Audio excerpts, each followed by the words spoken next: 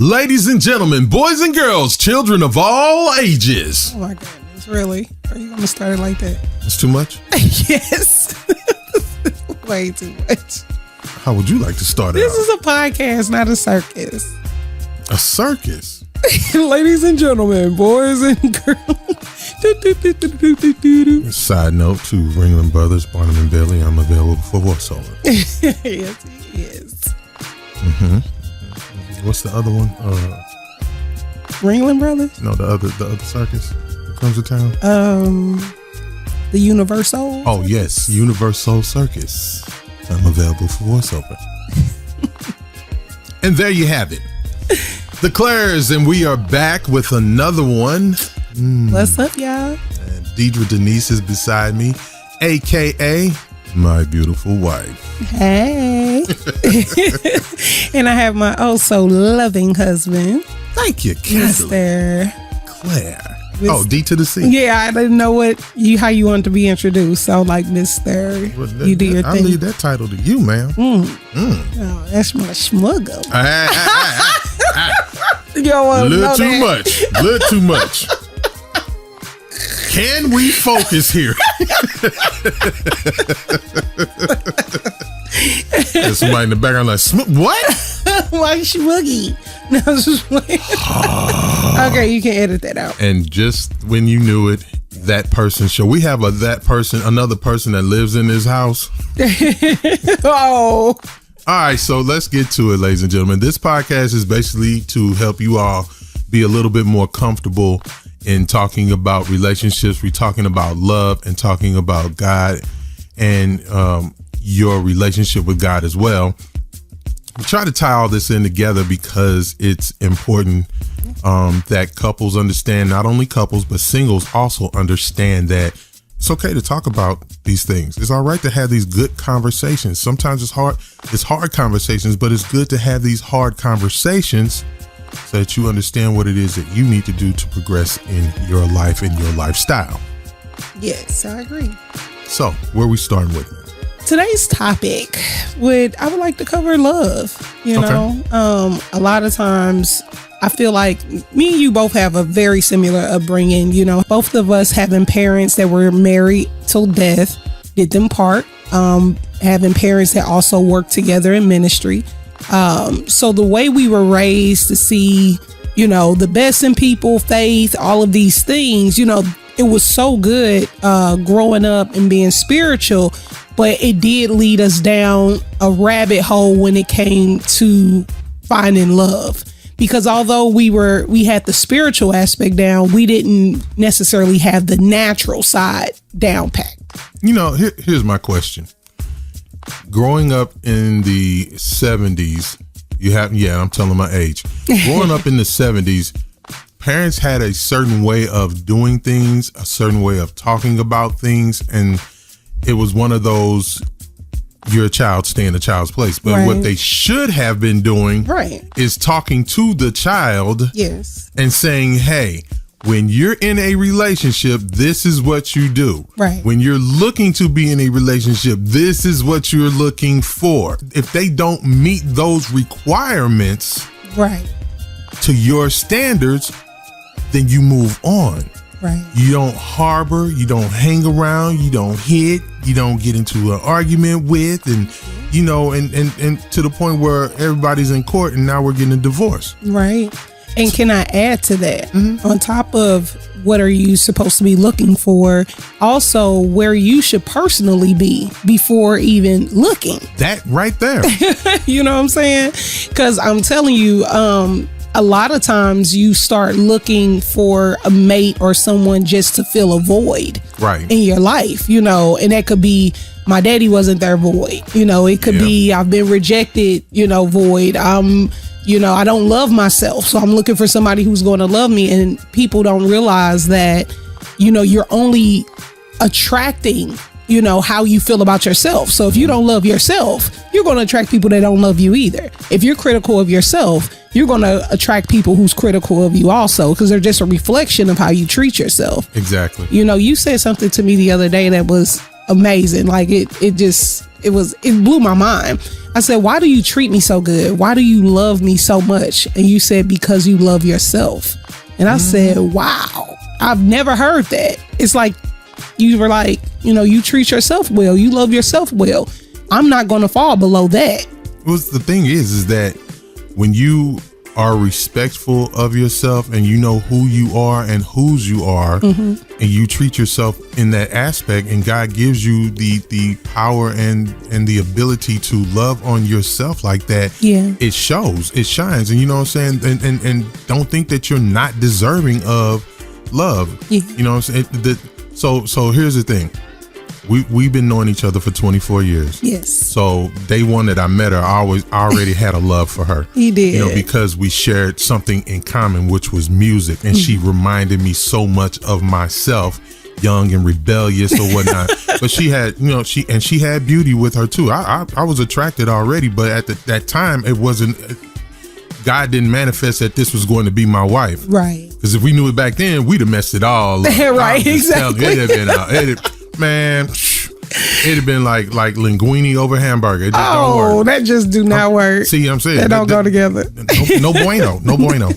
So that capacity of love I've held on to until she revealed herself to me, or it was revealed that she was going to be my wife. Yes. And then it was easy for me to fall back in love and be in love with the person that I know I'm going to spend the rest of my life with. And that is that's a God-given.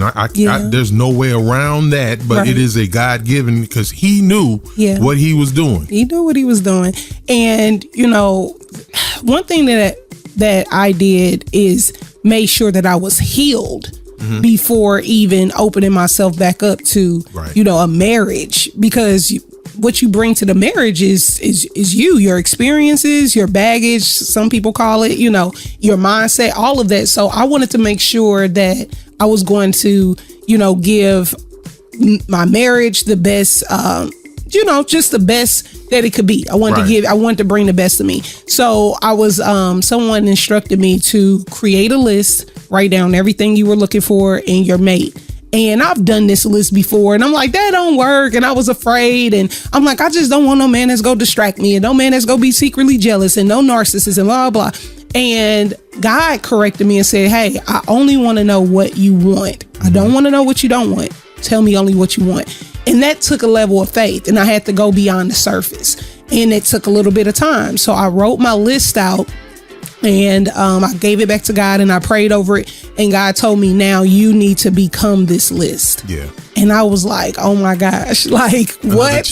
Another challenge, because he said it's not about you finding a good man or you a good woman for the son that I have. My son, you know what I'm saying? Like, if you're not good for my son, this is not going to work either. So I had to spend the next year to 2 years becoming the list that I wrote down. And it was, I would say it was more like a little over a year. So no, not quite 2. Right. But yeah, I had to work on myself, because like the Bible says in 1 Corinthians 13:4-8, love is patient, love is kind, love does not envy, it does not boast, it is not proud, it does not dishonor others, it is not self-seeking, it is not easily angered, it keeps no record of wrong. Love does not delight in evil, but rejoices in truth. It always protects, always trusts, always hopes, and always perseveres. And I would tell God, hey, when I love a man, I'm all of these things. I'm patient, I'm kind with him, blah, blah, and God was like, but you're not that to yourself. You're not patient with yourself. You're not kind to yourself. And I was like, oh my gosh, and that's why I kept attracting overly critical men or people that will put me on the back burner, just different things like that, because I was doing those things to myself. Right. So when you gave me that answer and I said, why do you love me the way that you do? And you said, it's because it's the way you love yourself. It let me know that I did a good job preparing for this union. Well, that's what's up. So there's a line in there that you said, love doesn't, hold on, let me go back to it. You see that? You need your cheaters? Your no, I can see. I can see. Okay. It is not easily angered. It keeps no record of wrongs. Yes. Okay, so I want to expound on that just a little bit because sometimes people will. Well, I know me. I was good for if you did something to me, I'm not gonna forget this. I'm gonna get you back. You know, so there were. So let's just call it like it was. There were some instances between us that we had that I was just like, oh yeah, I'm gonna get you back on that one. You said such and such. Oh, you just wait. They come when I catch you by yourself. You about to get. I'm gonna tag you up. Yes, ma'am. Good way. You know, so with that being said, those instances, because I'm trying to remember the right term to say that I would holding on to grudges. Yeah. So that's it. A grudge. That was like a grudge for me. So you got to learn how to let that go. Right. You can't hold on. See, love didn't allow me to harbor on the grudges. The coolest part is it allowed me to talk about it. Yeah. It allowed us to have a conversation about it. Yeah. And it allowed us the opportunity to move past it. Now we can sit back and laugh at it because it's like sometimes it's just the funniest thing. Yeah, and I mean it was work, you know. But I understand that the Bible talks about a sanctified wife can sanctify her husband. So it's not that I didn't feel that vindictive spirit working through you. You know, I felt it, but I also understood that I loved the man. I just understood the devil that was trying to work through the man that I love. So instead of being angry with you or holding a grudge against you, I chose to be stern with the spirit and love the man. Right. And you got to use wisdom when that, you know, a wife has to be very wise. That's facts. Yeah. So that's what I did. I chose to love the man and address the spirit and quickly get over it, quickly forgive, because I understood where you were coming from. You know, the wisdom of my wife also pertains to the knowledge of the man that I am. So I do learn a lot. So let's talk about yesterday. Let's talk about it. Wow. So yeah, we can talk about it. Okay. Absolutely. So, see, there's nothing that's really off the table per se. Yeah. But we can talk about, because I'm a work in progress. Right. As we all are works in progress. Yeah. So, at church yesterday, there was a moment of prophesying that was going on, and so happened I left my phone at home, but I'm used to every so often my wife will send me a text message, say, hey, you coming up? And I knew that was coming. Yeah, but coming I up didn't for have prayer, yeah. So when the apostle offers prayer, you definitely want to get involved, and because he is a man of God who can tell you directly what God is telling you need to do for your benefit. And most times my excuse had always been, well, I'm working the sound, because I do work the sound in the church. And she broke it down yesterday to the point where I was like, you know what? You're right. I need to bring my tail down there and get my message of what I'm supposed to be doing. And it just makes sense. And this is what I'm talking about when you're in a relationship that is always a work in progress. It requires you to play your part in being receptive, being open, letting your heart be able to take on the tasks, and then also looking at your mate, your partner, and trying to define, you know, if this is a right move or a wrong move, but it's not really about defining it. It's trusting trust in what is being said. That's good. You know what I'm saying? Because there are a lot of times we as men, we hear you, but we like, no. No. Right. You know what I'm saying? But yesterday was not a nah moment. Yesterday was a, you were right. I'm wrong. You are right. And it, you know, yeah, ladies and gentlemen, those of y'all that know me, you know, I ain't the one to be like, I ain't wrong. Nope. Exactly. You never catch me. Well, the thing you told them never catch you. Well, the thing is, like, it goes back to being wise, especially when you really love a person. It's about accountability, you know. So loving you, we're going to take a brief break. Yeah, I got to go hang up on somebody. Y'all heard that phone ringing in the background? Yes, D2thaC still has a landline phone that he likes to keep just to hang up on people that call. It is amazing. It's so funny.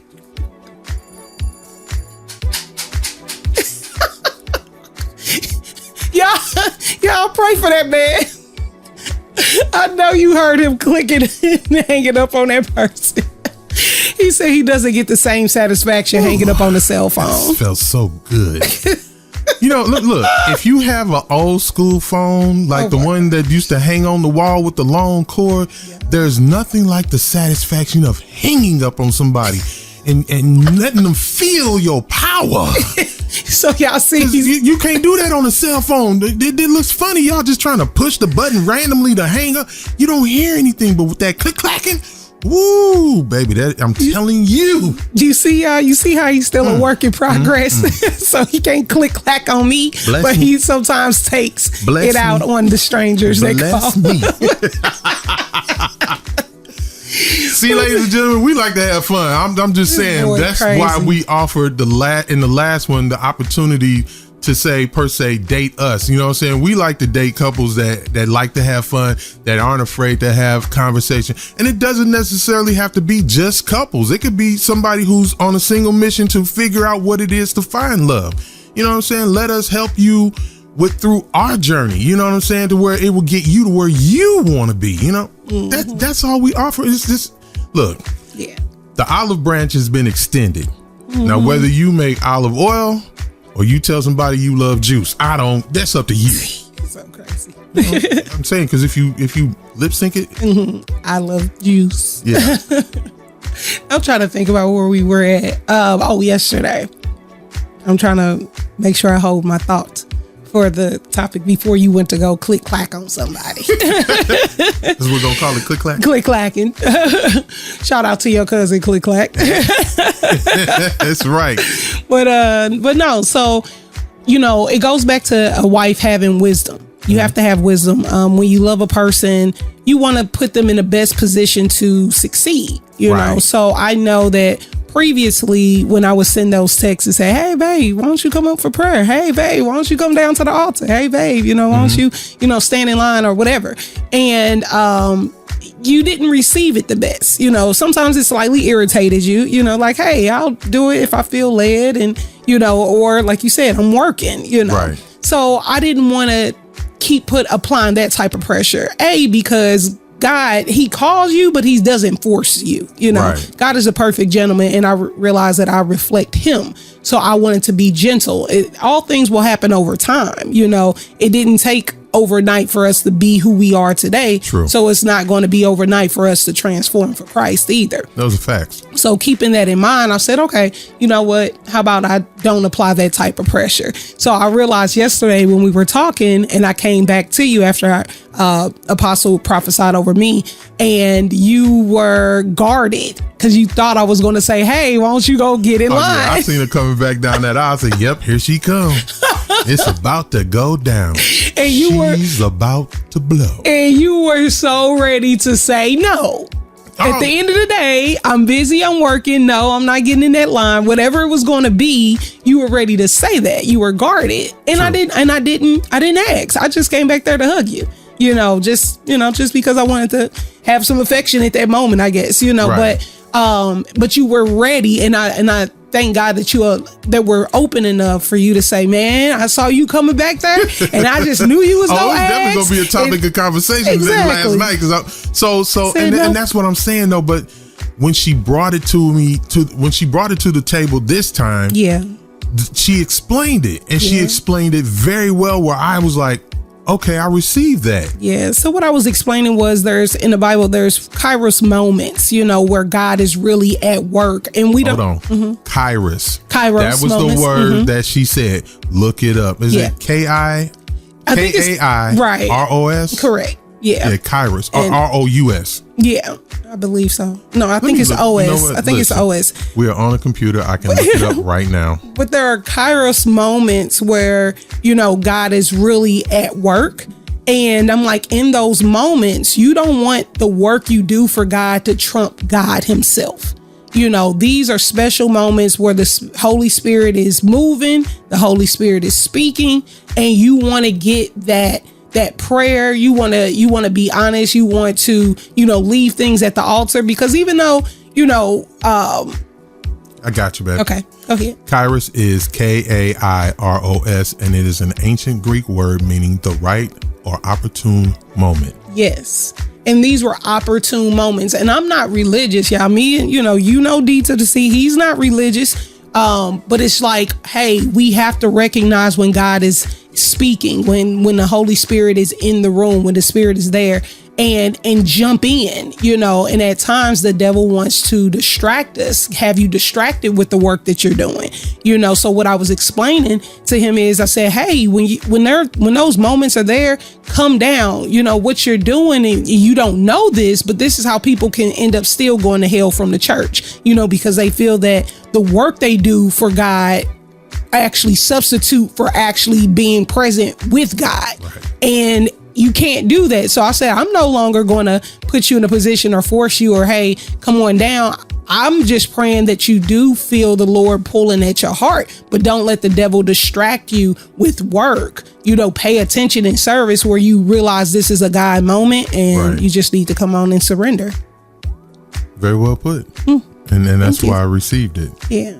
So in love, you got to do this in love. Exactly. But, God gives you the ability to do so that I can receive it. Exactly. So that makes for one to grow on. Yeah. And we continue on with our lifelong journey together. That's right. We've actually extended our time this day on this one. So, and this is good though. I like these I like to average our conversations out to about 20 to no longer than 25 minutes. Okay. And it gives people something to think about, something to ride to, something to walk to, something to work out to. True. And And when we do the podcast part of it, whether it's visual or going on Apple Podcasts or whatever, they do require lengthier conversations, 30 minutes to an hour. So that's the goal of this whole entire entourage that we have right now. And I'm calling it an entourage because it's going to grow. I'm looking forward to that. But again, I extend the olive branch out to each and every one of you to reach out to us. You already see us on social media. So if this is something that you might be interested in, you want to jump in on a conversation with us, by all means, let's do it. As we wrap this up, once again, you can reach out to us on our social media platforms, right here on Facebook for right now. We'll create something for them, something official, but right now, they can reach out to your inbox. And we do post this on Instagram and on TikTok as well. But so until the next time, you all be peaceful, be progressive, be positive, and we'll talk with you when we walk with you. Yep. Peace.